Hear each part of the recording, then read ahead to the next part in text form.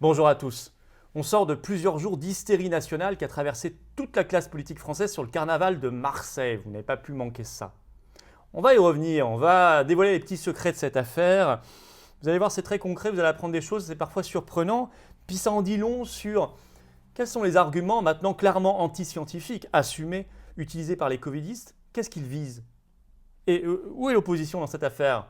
Dans quel piège est-elle tombée ou montre-t-elle qu'elle est contrôlée? Tout ça est extrêmement important. De ce carnaval de Marseille, nous apprenons beaucoup sur la stratégie et les pseudo-arguments des covidistes, de l'oligarchie. Nous apprenons donc à les démonter, à les dévoiler. Et c'est comme ça qu'on est plus fort dans la riposte et la résistance pour se libérer, ce qui est bien notre enjeu. Vous allez voir, c'est, je crois, assez passionnant cette affaire et il faut s'y arrêter. Et puis, puisque beaucoup de commentateurs médiatiques et politiques ont reproché aux carnavaliers, je cite, de ne pas avoir porté le masque, il n'y avait pas beaucoup de masques, dit-on, dans la foule, eh bien nous lançons, nous, pour régler le problème, sous la vidéo en description, la première grande pétition nationale contre l'obligation du port du masque. Vous allez voir ça. C'est important de la signer et de la partager à vos contacts et de la mettre sur vos réseaux sociaux. Donc le lien pour tout cela se trouve sous la vidéo en description. Je vous signale qu'à chaque fois qu'on a fait une grande pétition nationale qui a fonctionné, et celle-ci doit fonctionner le plus vite possible, eh bien nous avons réussi à mettre un sujet en haut de la pile. Par exemple, très vite, nous avons parlé des traitements. Très vite, nous avons pu éviter ce troisième reconfinement, qui n'en est pas un vrai, heureusement. Très vite, nous avons pu informer, alerter sur le passeport sanitaire et le retarder. Ils n'ont pas fait ce qu'ils voulaient. Je vous signale qu'ils voulaient le passer avant Noël. Bref, signez, relayez cette grande pétition nationale contre l'obligation du port du masque. Elle se trouve sous la vidéo en description. Ce samedi 27 mars, on résiste ensemble. Je serai à Strasbourg à 15h, place de la liberté de pensée et d'expression, presqu'île André Malraux. Strasbourg, 15h. Et dimanche 28 mars, 15h, je serai à Paris, près du ministère de la Santé. Je vous donne très vite l'adresse et je vous la préciserai dans les prochaines vidéos. Notez ça. Le samedi 27 mars, vous allez sur la première page de les-patriotes.fr, vous avez l'horaire et l'adresse précise de tous les rassemblements organisés par les patriotes. Il y en a à Nice, Aix, Jonzac, Louviers, Nîmes, Grenoble, Puy-en-Velay, Nantes, Lille, Lyon, Montauban, Avignon, Limoges. Plus j'y ajoute Strasbourg et le lendemain, Paris où je serai aussi. Première page de les-patriotes.fr, vous avez les adresses et les horaires. On résiste ensemble. Rejoignez-nous. Restez pas seuls. Venez dans le combat. Ça, c'est un passeport de liberté de résistance. Je vous le dis parce que c'est vrai. Parce que sinon, on est couché, parce qu'on est isolé et qu'on ne sait plus quoi faire. Le lien pour adhérer, réadhérer ou faire un don de soutien à toutes les actions que je viens de vous citer. L'argent ne tombe pas du ciel, il y a 0 centime qui vient de l'État et des banques. Nos bénévoles se démènent, mais ils ont besoin des adhérents et des donateurs. Seule source pour mener tout cela, c'est notre liberté, notre indépendance.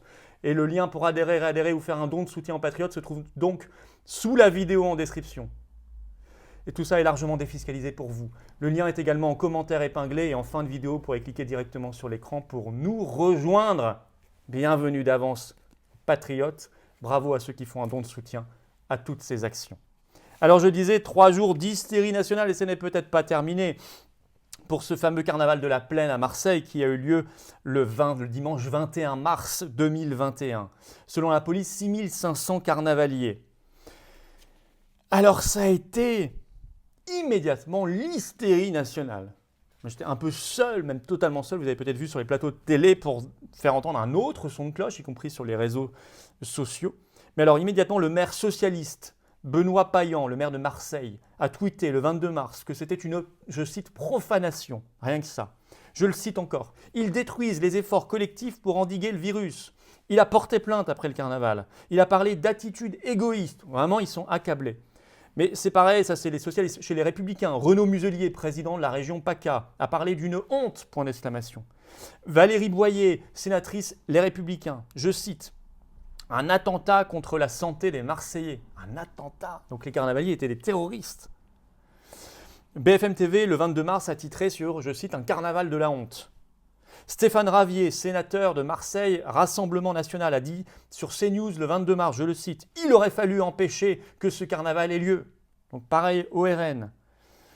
Et puis nous avons l'adjoint à la sécurité de la mairie de Marseille, Yannick Ohanessian, qui a dit que c'était inexcusable.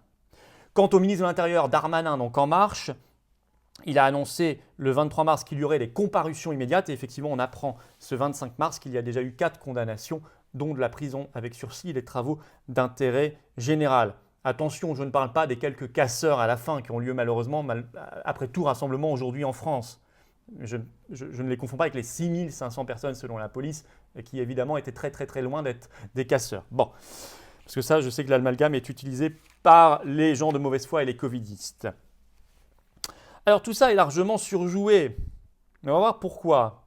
Alors il y a un article dans le journal Slate.fr le 23 mars qui dit c'est quand même bizarre parce que ce carnaval a eu lieu à 100 mètres du commissariat central de Marseille. 100 mètres. Et je cite Slate, « Les policiers n'ont pas pu ignorer les préparatifs en cours sur la place de la Plaine, d'autant que ça avait été annoncé depuis plusieurs jours sur les réseaux sociaux. » Donc sous-entendu, en fait on laisse faire pour ensuite déployer des arguments de mauvaise foi covidistes pour piéger l'opposition qui se laisse gentiment piéger parce qu'elle est contrôlée et déployer des arguments pseudo-scientifiques pour empêcher ensuite tout soulèvement populaire, contrer toute manifestation populaire ou sociale, toujours avec les mêmes arguments. Et ça, c'est extrêmement intéressant. Et en effet, dans cette affaire, premier enseignement, ils assument maintenant d'avoir un discours totalement anti-scientifique, puisqu'ils nous font le coup à chaque fois depuis un an, après chaque rassemblement extérieur, c'est l'hystérie. Et à chaque fois, ils nous disent qu'il va y avoir des clusters, ça va être une flambée de l'épidémie, une hécatombe, et à chaque fois, ça ne se produit pas. Il y a même eu des études scientifiques là-dessus, mais ça ne les empêche pas de reproduire à chaque fois le même raisonnement de mauvaise foi, ce qu'on appelle une démarche anti-scientifique. Par exemple, ils ont fait le coup dès le jour du déconfinement, le 11 mai 2020. Il y avait des gens dehors, ils ont dit « Ah, catastrophe, irresponsable ». Pareil, 21 juin 2020 pour la fête de la musique. Pour les fêtes d'année, souvenez-vous, Noël et Nouvel An, fin d'année 2020, ça devait être l'explosion. Et puis nous ont fait le coup le 31 décembre 2020 pour la rave party de Lieurons en Bretagne. Il y a même eu un organisateur incarcéré. Et puis, le 21 janvier 2021, on apprenait par France Inter qu'il n'y avait, je cite, pas de cluster après la rave party bretonne. Nous, ils nous ont fait le coup d'ailleurs suite à notre manifestation à Nice, la veille du reconfinement pour le week-end de la ville, le 26 février, alors que nous, c'était une manifestation déclarée, sans aucun problème. Mais non, ils nous ont quand même accablés aussi pendant tout un week-end. Et voilà, à chaque fois.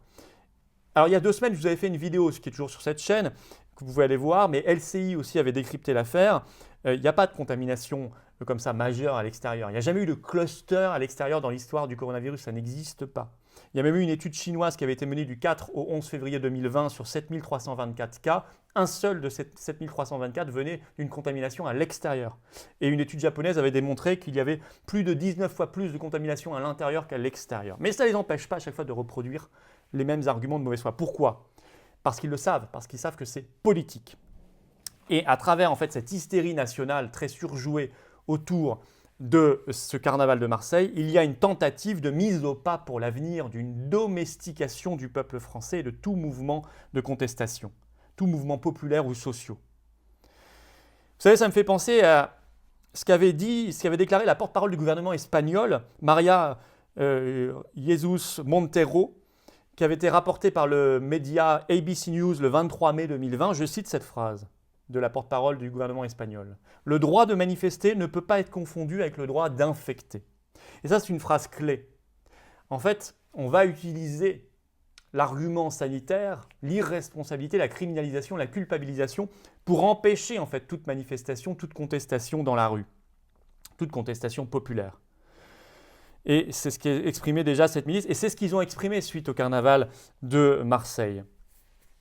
Et c'est ce qu'ils veulent de plus en plus faire, puisque nous avons appris ce 24 mars que Darmanin demandait maintenant au préfet, je cite, on l'a appris par RTL, la verbalisation de tout rassemblement non déclaré de plus de 6 personnes à l'extérieur. Règle qui existe depuis le mois de novembre, mais qui n'était pas appliquée. Maintenant, il faut l'appliquer. Quel est le but de tout ça ? Le but, c'est que la société covidiste de surveillance et de restriction s'autorégule par le contrôle des citoyens eux-mêmes les uns sur les autres. Diviser pour mieux régner, la délation, le contrôle, le jugement, le regard réprobateur des pairs, de ses propres concitoyens, de ses pairs. Il faut qu'on n'ait pas besoin de tant d'appareils policiers que ça. Il faut qu'on soit vilipendé, rappelé à l'ordre, dénoncé, jugé irresponsable par ses propres voisins, par les autres. Et donc une autorégulation par la domestication générale, par la délation. C'est ça le but. C'est le signe de toute société totalitaire, ça. Les sociétés totalitaires elles sont tellement contraires à l'aspiration naturelle à la liberté des hommes et des femmes, à l'aspiration naturelle à la vie, qu'un appareil policier n'est pas suffisant, ça ne tiendrait pas, ça craquerait. Donc il faut organiser un système de citoyens contre les citoyens eux-mêmes, pour que ça s'autorégule. C'est exactement ce qu'ils ont mis en place comme conditionnement suite au carnaval de Marseille, en faisant en sorte que des gens se sentent indignés par ce qu'ils voyaient, pour qu'ensuite, quand ils voient des gens dehors, par exemple à 7 ou 8, ils aillent les voir eux-mêmes en disant « vous êtes des gens irresponsables, arrêtez de me contaminer ». Voilà comment ça fonctionne, créer des petits capots partout. Alors l'opposition, avec beaucoup de guillemets, a validé ça, et se retrouve aujourd'hui complètement coincée, piégée, mais volontairement.